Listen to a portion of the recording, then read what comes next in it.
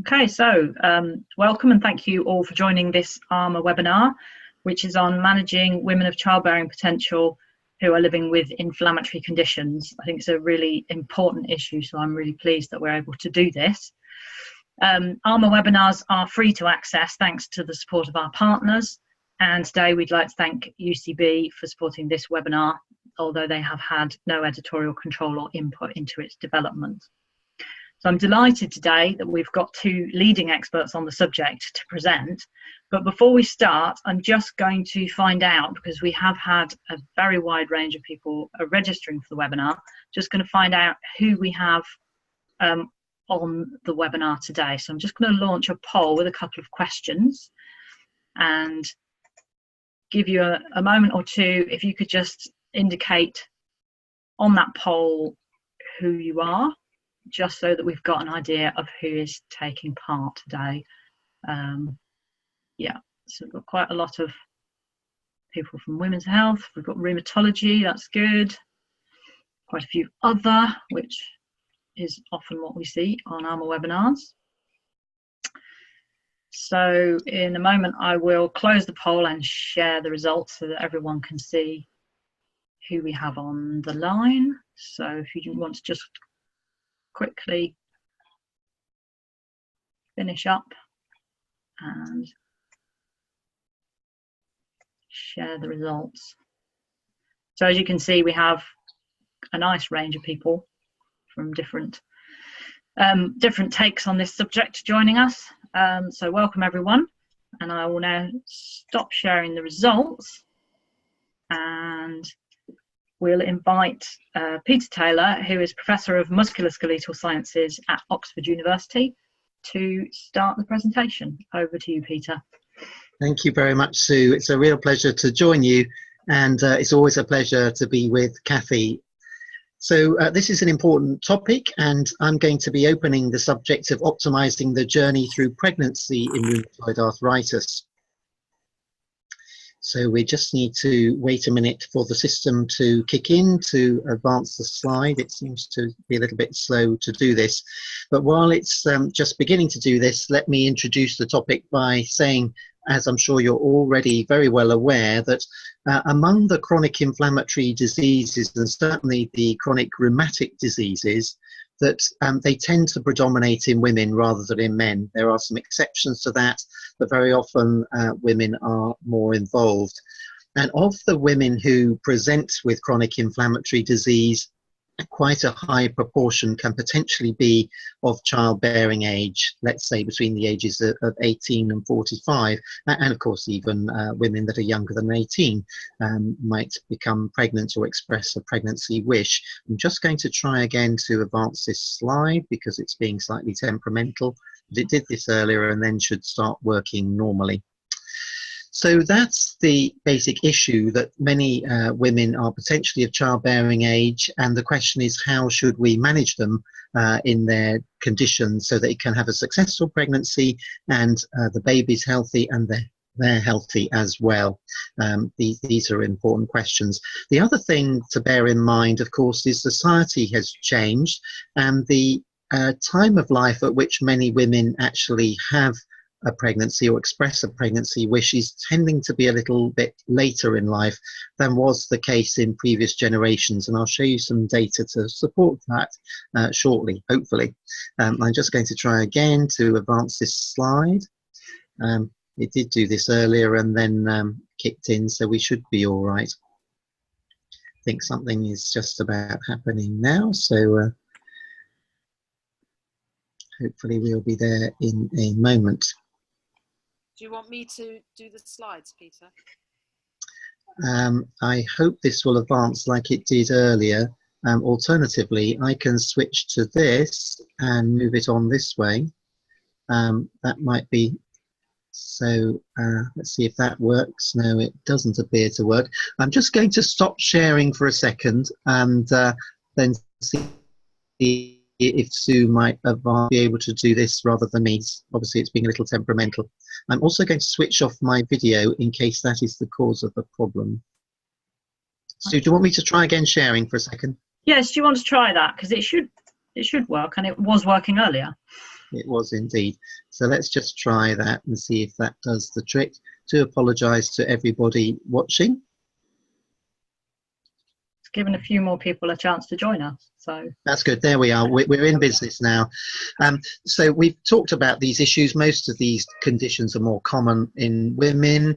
Many women don't actually receive optimal treatment for pregnancy, or may already be taking medications that are not compatible with pregnancy when they conceive. And we mustn't forget the obvious point that about half of pregnancies are actually unplanned. So we've also talked about the issue that the demographics is changing. Now, EULAR, which is the European League Against Rheumatism, has come up with some very useful overarching principles for the use of anti-rheumatic drugs, both before pregnancy, during pregnancy, and during lactation. And I'll just take you through these briefly. To be honest, they're really just common sense. Family planning should be addressed in each patient of reproductive age, and adjustment to therapy should be considered before a planned pregnancy. So this is really important.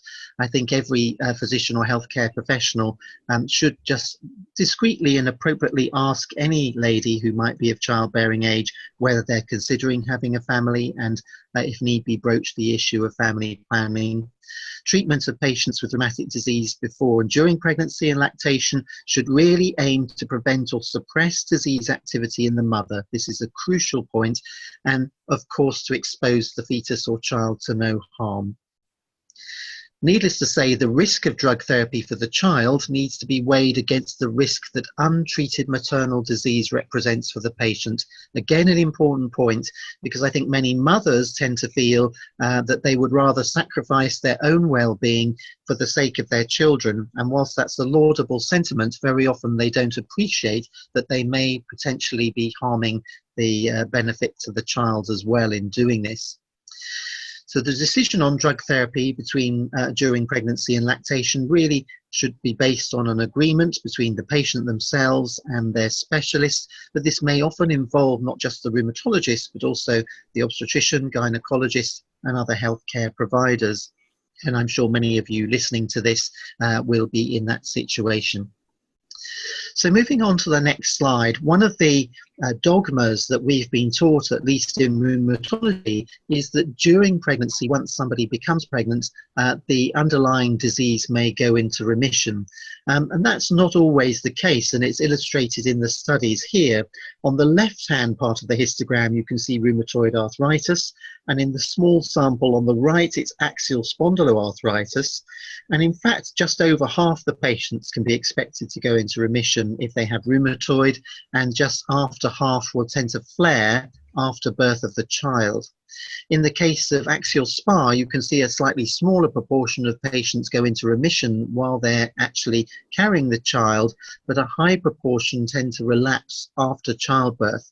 So these are things as healthcare professionals that we need to bear in mind and make sure we manage them appropriately.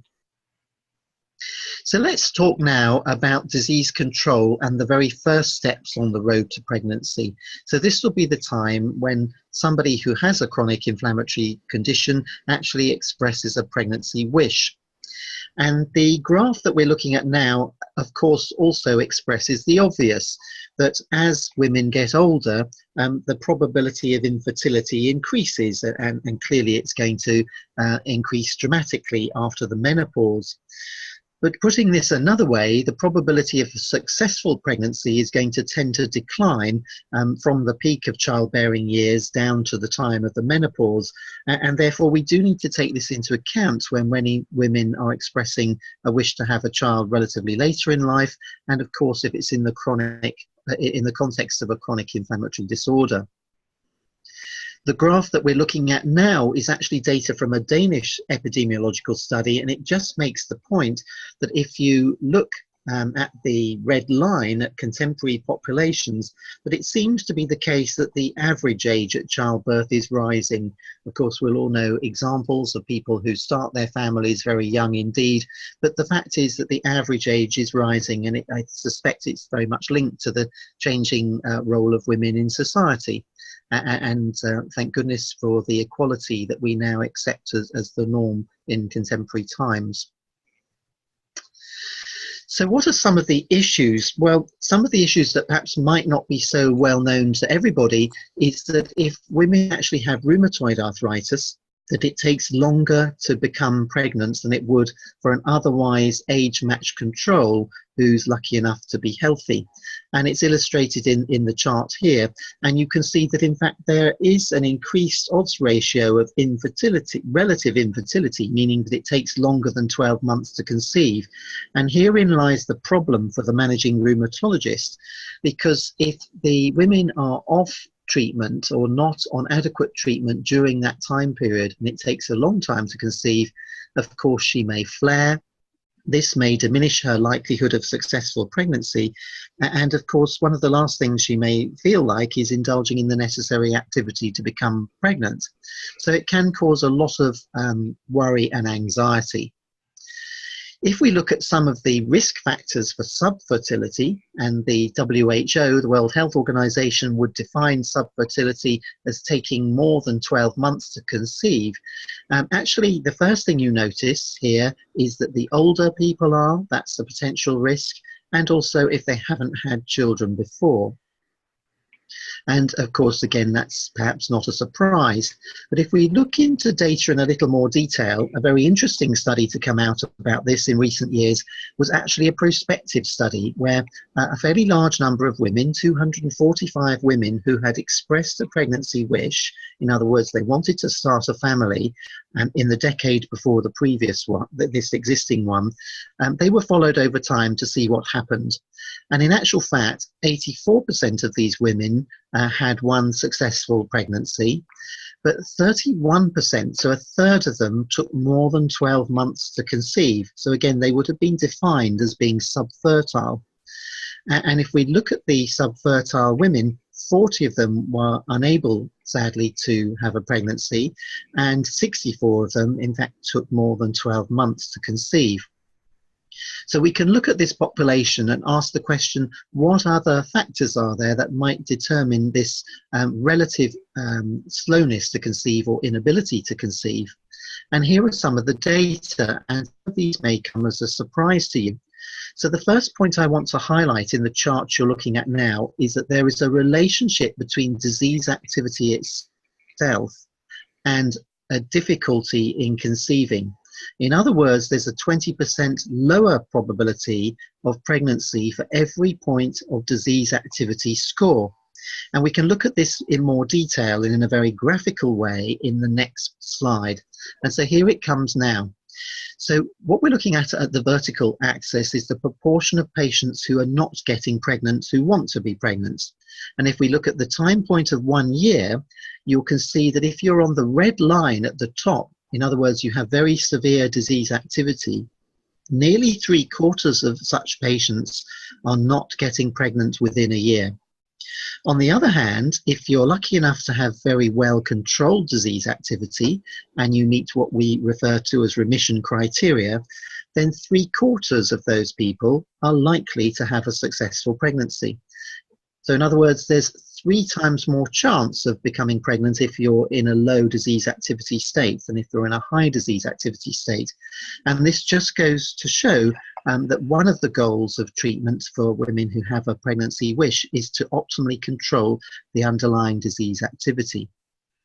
But there are other factors as well, and again, some of these may come as a surprise to some of our viewers this afternoon. So one of these are non-steroidal anti-inflammatory drugs. And I'm going to highlight them on the table here. And all this shows is that, again, there's a relationship between taking non-steroidal anti-inflammatory drugs and struggling to conceive. It doesn't mean to say you can't take them, but it just means to say it may make it a little more difficult to conceive. And therefore, the important information is that if it's possible to stop using these drugs on a regular basis, it may be desirable in order to have a successful conception. Now, what's the biology underlying this? Well, we know a little bit about this. And so if you look at the right-hand side of this slide, and you'll see 2 line graphs, what it's showing us is that non-steroidal anti-inflammatory drugs don't seem to affect the female hormonal cycles. So it's not because of an effect on hormones as such. But if you look at the histogram on the left-hand side of the slide, you can see that one of the reasons that non-steroidal anti-inflammatory drugs may delay a successful pregnancy is that it delays the time of follicular rupture after the luteinizing hormone peaks. And therefore, we do understand the rationale for this. And if it's possible to avoid, or at least relatively avoid, non-steroidal anti-inflammatory drugs, that would be desirable once a woman has expressed a pregnancy wish. But it's not just non-steroidal anti-inflammatory drugs. Steroids, which can be used in pregnancy, can also delay the time to a successful conception. And that's also illustrated in the table here, and in this prospective study that came from these 245 women who wanted to have a baby. So here you can see that there's a statistically significant relationship between prednisolone and delayed or failure to achieve a pregnancy. And again, if we look at this graphically, it will become very obvious. So what we're looking at on the vertical axis once again is the proportion of patients who don't become pregnant. And what we're looking at with the lines is differential doses of prednisolone. So the dark line right at the bottom of the graph means that patients are not on prednisolone at all. The red line at the top means that they're on a relatively high dose, meaning 7.5 milligrams or above a day. And the blue line is a middle of the road dose, 2.5 to 7.5 milligrams a day. And if we look at the time point of 1 year, you can see that if you're on a relatively high dose of prednisolone, almost 3/4 of the individuals are going to have a delayed or a more difficult time getting pregnant. Whereas if you're not on steroids, it falls to about 1/3. So again, if we can avoid steroids in the run-up to a conception, that's desirable. Of course, it's not always achievable, but these are points that the healthcare professional and the rheumatologist need to bear in mind and to discuss carefully with the lady who has said that she'd like to have a family. What about the issue with methotrexate? Now, I'm sure that all our listeners will be aware that methotrexate is contraindicated during a pregnancy itself. And the reason for this is that it's potentially teratogenic, even though it has to be said the risk is much smaller than we once thought, but also because it's a drug that has been used to induce abortion in the context of ectopic pregnancy. But in actual fact, the cheering news is that when you look at data for patients who are going to have in vitro fertilization, there doesn't seem to be any evidence that prior exposure to methotrexate before a conception actually influences pregnancy itself. So unlike non-steroidal anti-inflammatory drugs or prednisolone, as we've just seen, methotrexate can be all right in that run-up period. But because of its potential teratogenicity, it needs to be stopped sometime before a planned pregnancy. And I'm going to come on to that point and discuss it in more detail in just a moment. What about anti-TNFs and biologic drugs? Well, in fact, there's a relative paucity of data about other mechanisms of action, biologic drugs, apart from anti-TNFs. But here you can see some data about anti-TNFs in the context of people who needed to have some treatment in the left-hand histogram because they'd had recurrent spontaneous abortion, and on the right-hand side because they'd had infertility and were having a repeat failure of in vitro fertilization. And it would seem, in fact, that if there's anti-TNF exposure, it doesn't seem to limit live birth rates. If anything, it's potentially helpful. And so I think that's a reassurance for any ladies who are taking biologic anti-TNFs prior to a planned conception. The issue that we need to come on to speak about is what should we do during the pregnancy period, and this will be a focus of discussion shortly. So with respect to which drugs are actually compatible prior to pregnancy, there are some extremely useful guidelines that have been produced by the British Society for Rheumatology and the healthcare professionals for the British Society. And on the left-hand side of this table, in the red box, you can see a list of drugs that for women are compatible prior to pregnancy. And these include steroids, hydroxychloroquine, they include azathioprine, cyclosporin, but you wouldn't want to give cyclophosphamide prior to a planned pregnancy. And you'll note that for methotrexate, ideally it should be stopped at least 3 months in advance of a planned conception. To put that another way, the patient needs to be counselled that they should be using appropriate contraception and withdraw methotrexate for about 3 months before discontinuing contraception. Of course, our focus of the talks today is on, I don't know if it's politically correct to say this, Kathy, but on the fair sex, I hope I can say that, but on the females and women of childbearing age, but we mustn't forget the dads. And on the right-hand side of the table, we shouldn't forget the issue of paternal exposure. And I particularly like to highlight that in the past, there was a time when we thought we should discontinue methotrexate prior to a gentleman planning a conception with his wife or partner, but now we don't believe that's the case, and so that's actually makes life a lot easier. Again, one drug that you wouldn't want to have prior to paternal elements in involvement in the conception would be cyclophosphamide. And the issue of biologics has also been a contentious one because, of course, people have been reluctant to try using these things, but we now have a great deal of evidence, both through registries and even in the context of some very well-conducted studies. And you'll notice that for anti-TNFs, that the anti-TNFs are compatible with the preconception period. There isn't data for golimumab. For the other mechanism of action biologics, in fact, there really isn't any clear evidence base, and therefore, generally speaking, the advice would be to stop rituximab at least 6 months prior to a planned conception and to stop tocilizumab or sarilumab 3 months in advance. And you can see that there isn't an evidence for some of the other biologics. Again, it's fine for paternal exposure to anti-TNFs prior to an attempted conception, although there's a relative paucity of data for certolizumab pegol and for golimumab. It is all right for a male to be on rituximab, even if he's going to be wanting to father a child. Okay, so we've looked at the periconception period for women and for men. And so here are the summary of some of the issues.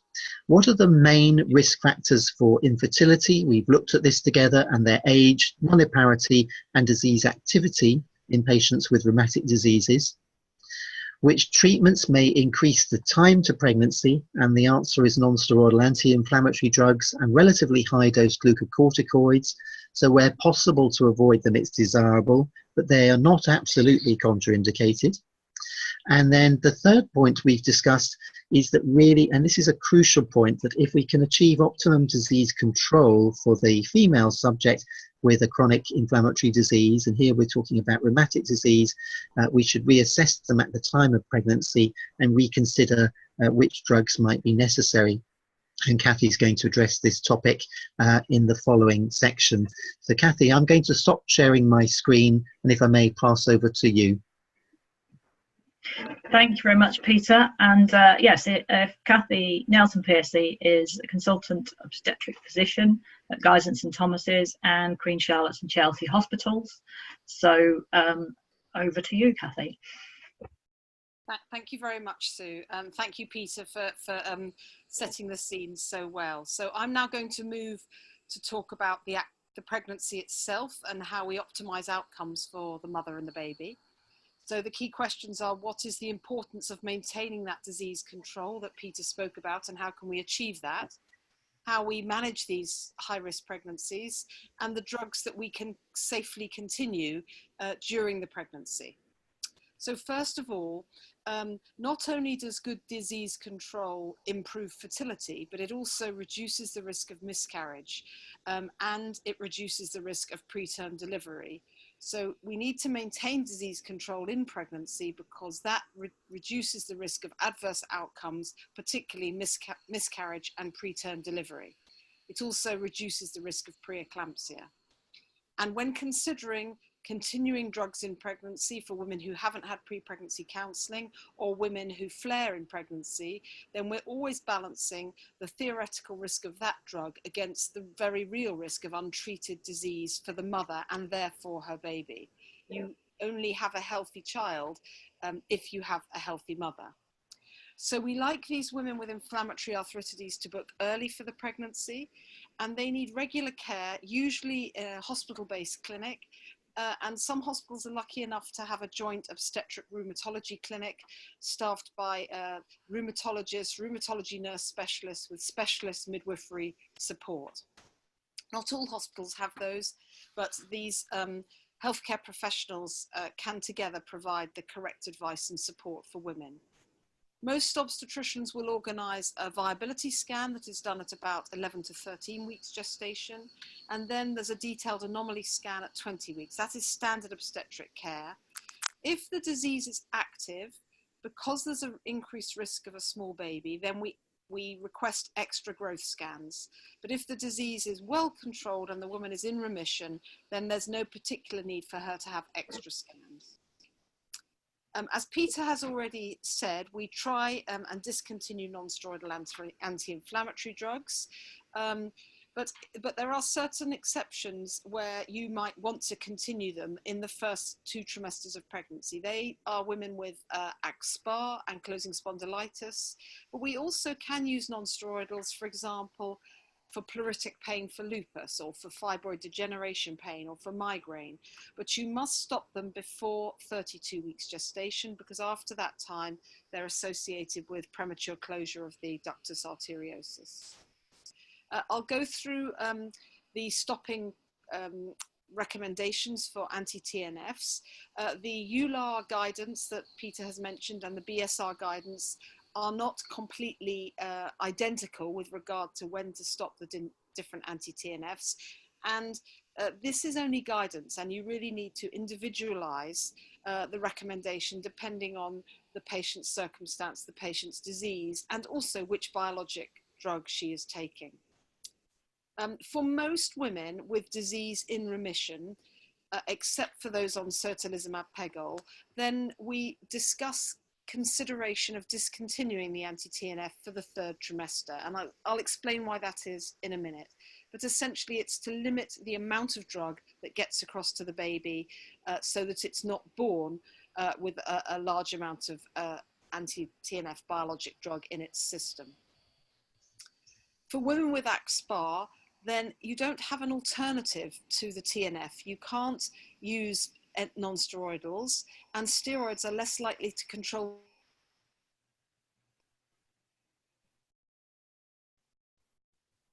before stopping the anti-TNF. And if it has been stopped, we might consider restarting it in the 3rd trimester. So this is a very small study, but looking at women who were controlled on women with ankylosing spondylitis, axSpA, on anti-TNFs, and they discontinued their drug when they became pregnant. But this shows you that the risk of them flaring during the pregnancy or after they'd stopped it was 3-fold higher. And then even when you restarted it, their disease activity remained high. So that's why we say that think very hard about stopping an anti-TNF in a patient that's well controlled, particularly if they've got axSpA. If somebody does flare in pregnancy, then we have several options. For inflammatory arthritis, we can use local corticosteroid injections, which are perfectly compatible with pregnancy and breastfeeding. But if someone has multiple joint involvement, then it's better to use systemic corticosteroids. And whenever we prescribe these, we co-prescribe calcium and vitamin D and a proton pump inhibitor, such as omeprazole, all of which can safely be taken in pregnancy. As I've said already, non-steroidals can be used in pregnancy up until about 32 weeks, and we can restart the anti-TNF in particular circumstances. When we treat women with steroids in pregnancy, we try and use prednisolone or prednisone because very little of that drug will get to the baby. And there is no evidence that steroids, even if given in the 1st trimester, increases the overall risk of malformations.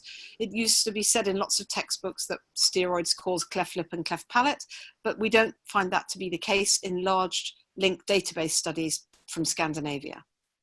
But steroids are not without harm, and they, during pregnancy, particularly are associated with an increased risk of gestational diabetes and an increased risk of infections.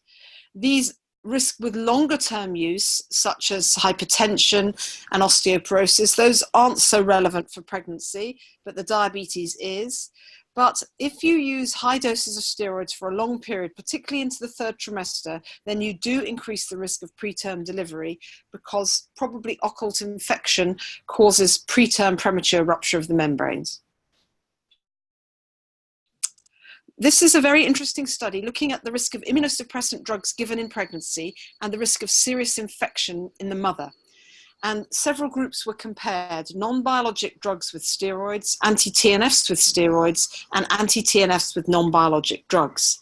And you can see that there's no difference. Neither of these comparisons was significant. In other words, it isn't the case that biologics have a higher risk of infection than non-biologics, or biologics have a higher risk of infection than steroids. And overall, the risk of serious infection in pregnancy in women on these immunosuppressant drugs was very low, which is obviously very reassuring to our women who require immunosuppression during pregnancy. However, when you look at the data in slightly more detail, you can see that there is a dose-response relationship with the risk of serious infection in women on steroids, so that the higher the dose of steroid, the higher the risk of serious infection.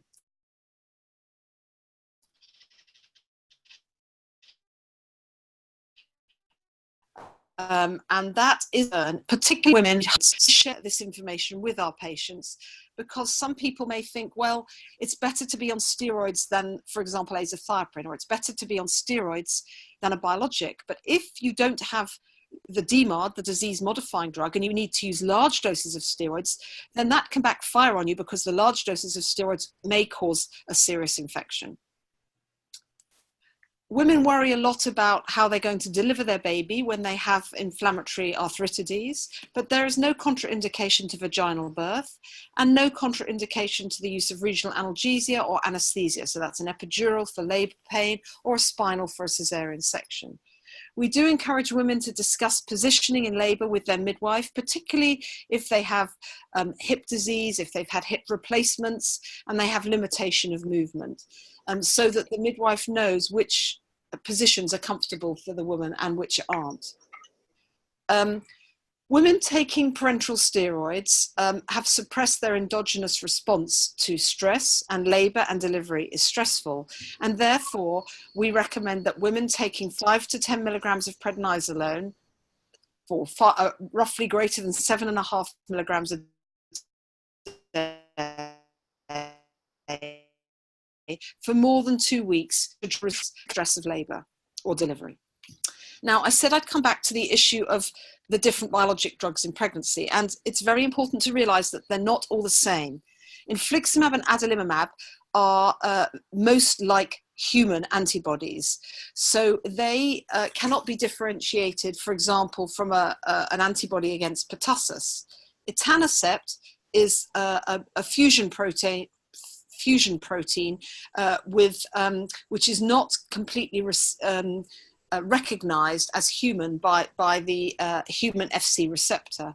Certolizumab pegol lacks an FC portion, and therefore it can't use the transport mechanism to get across the placenta. So IgG antibodies are actively transported across the placenta. That's how women give the immunity to their baby, for example, against whooping cough.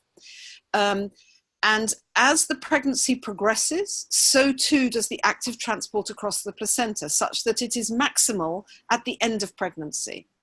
Anti-TNF drugs are IgG antibodies. And this elegant system, which uses this FC receptor, taking the maternal IgG and actively transporting it and delivering it into the fetal circulation, cannot differentiate, for example, an infliximab IgG antibody from an antibody against whooping cough. So it takes the IgG, binds it, and delivers it to the baby. So if an anti-TNF drug is given all the way through pregnancy and it is effectively transported, such as infliximab or adalimumab, then the level in the baby is often higher at birth than the level in the mother. However, as I've said, certolizumab pegol can't use this mechanism, and etanercept isn't very efficiently transported across. So as I said, EULAR guidelines and the BSR guidelines give slightly differing advice. But back to this table that you've seen already that Peter showed you about pre-pregnancy, here are the two columns highlighting use in pregnancy, in the first trimester and in the second and third trimester. And you can see that the BSR says that you can safely continue steroids, hydroxychloroquine, sulfasalazine, azathioprine, cyclosporin, tacrolimus, and IVIG can be used in pregnancy. We avoid methotrexate, leflunomide, and cyclophosphamide in most patients, and MMF. For the biologics, the BSR suggests that you can continue these in the second trimester, infliximab, etanercept, adalimumab, and certolizumab pegol, but that infliximab you should consider stopping at 16 weeks, etanercept in the third trimester, adalimumab in the third trimester, and certolizumab pegol, as I've already explained, because it doesn't transfer across the placenta, can be used throughout pregnancy. We have no data for transplacental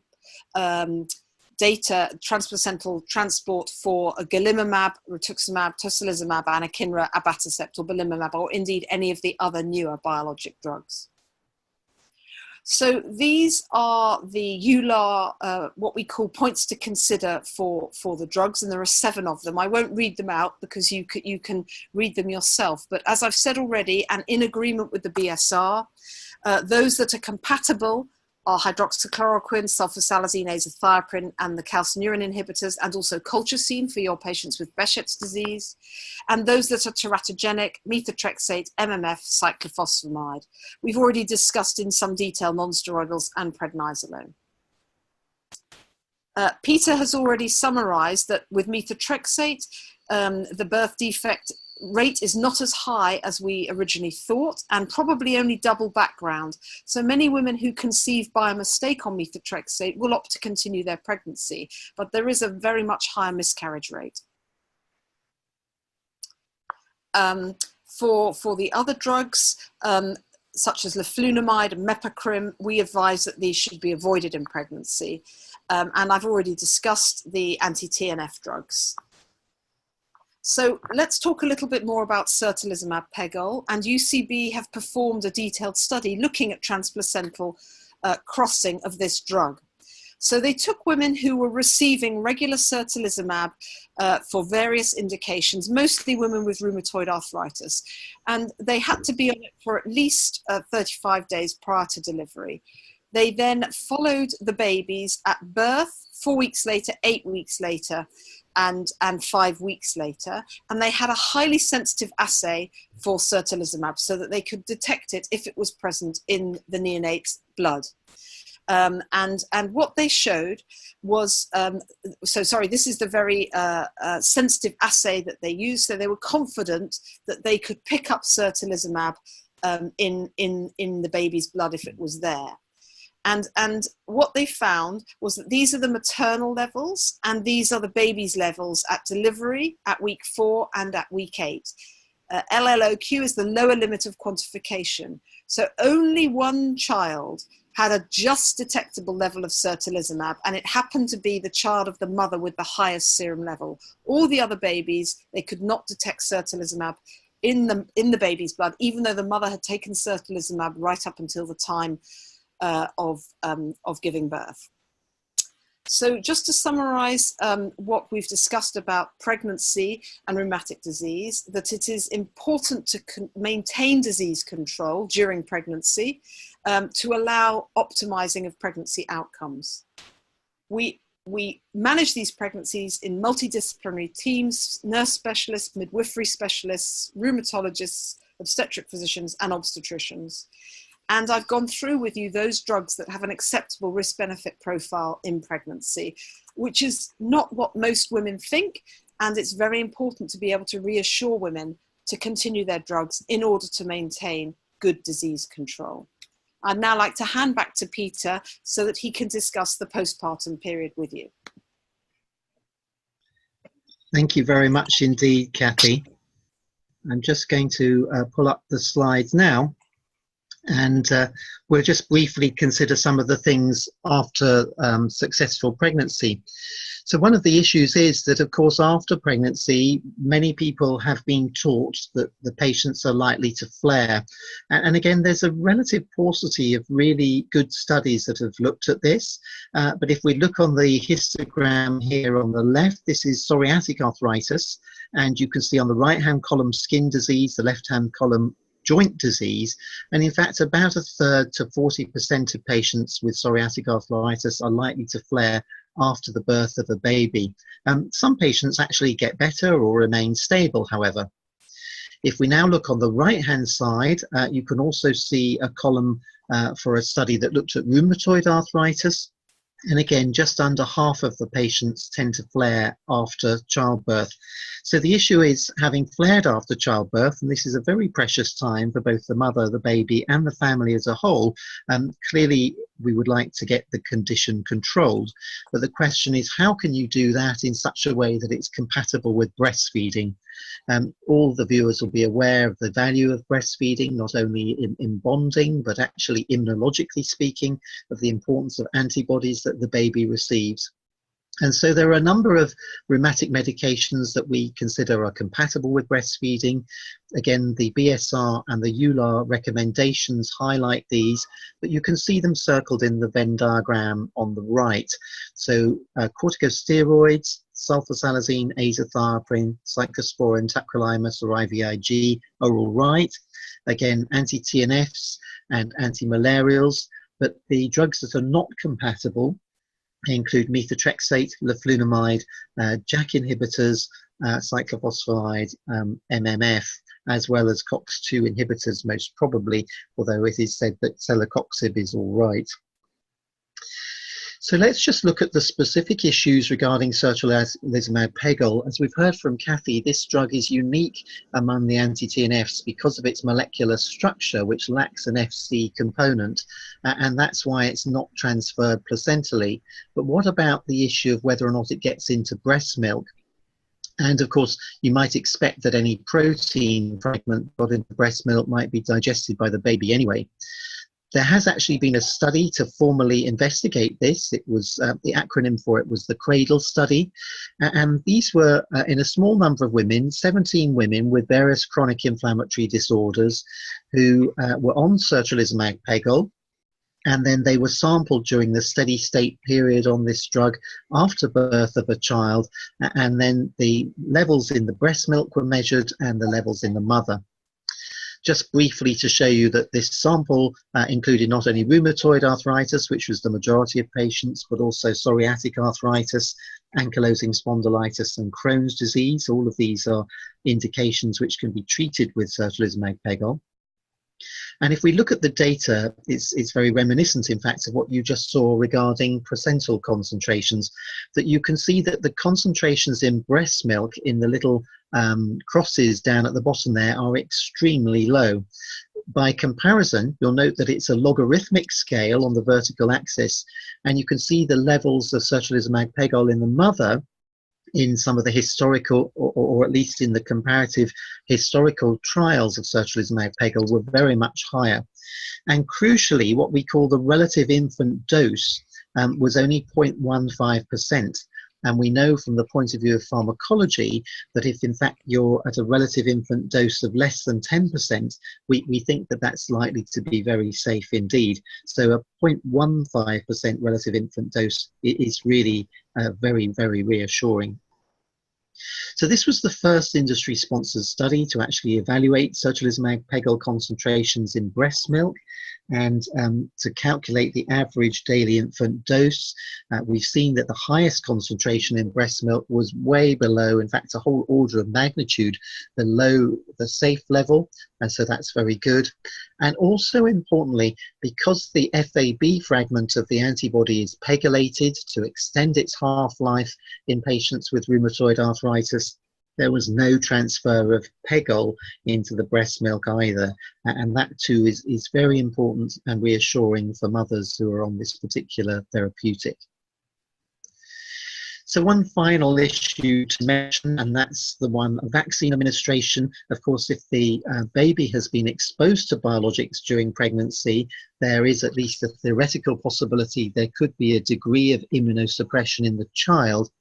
And for this reason, the usual counsel of perfection is to avoid receiving live vaccines in the first 6 months of life. And this would particularly involve, for example, rotavirus and BCG.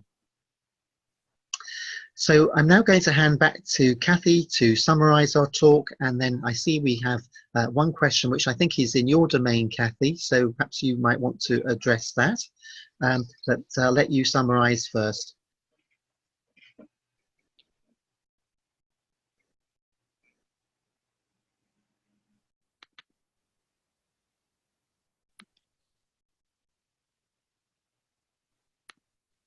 Thank you, Peter. To summarise, we have a few take-home messages. The first is that all of this counselling that we've been talking about is much better done before the woman becomes pregnant rather than to try and counsel her when she's already pregnant. So those of you that look after women with rheumatic disease in their chronic disease course need to take the opportunity to discuss family planning with the patient, with the partner if appropriate, explain the risks, help her overcome her fears, and develop a treatment plan so she goes into the pregnancy prepared.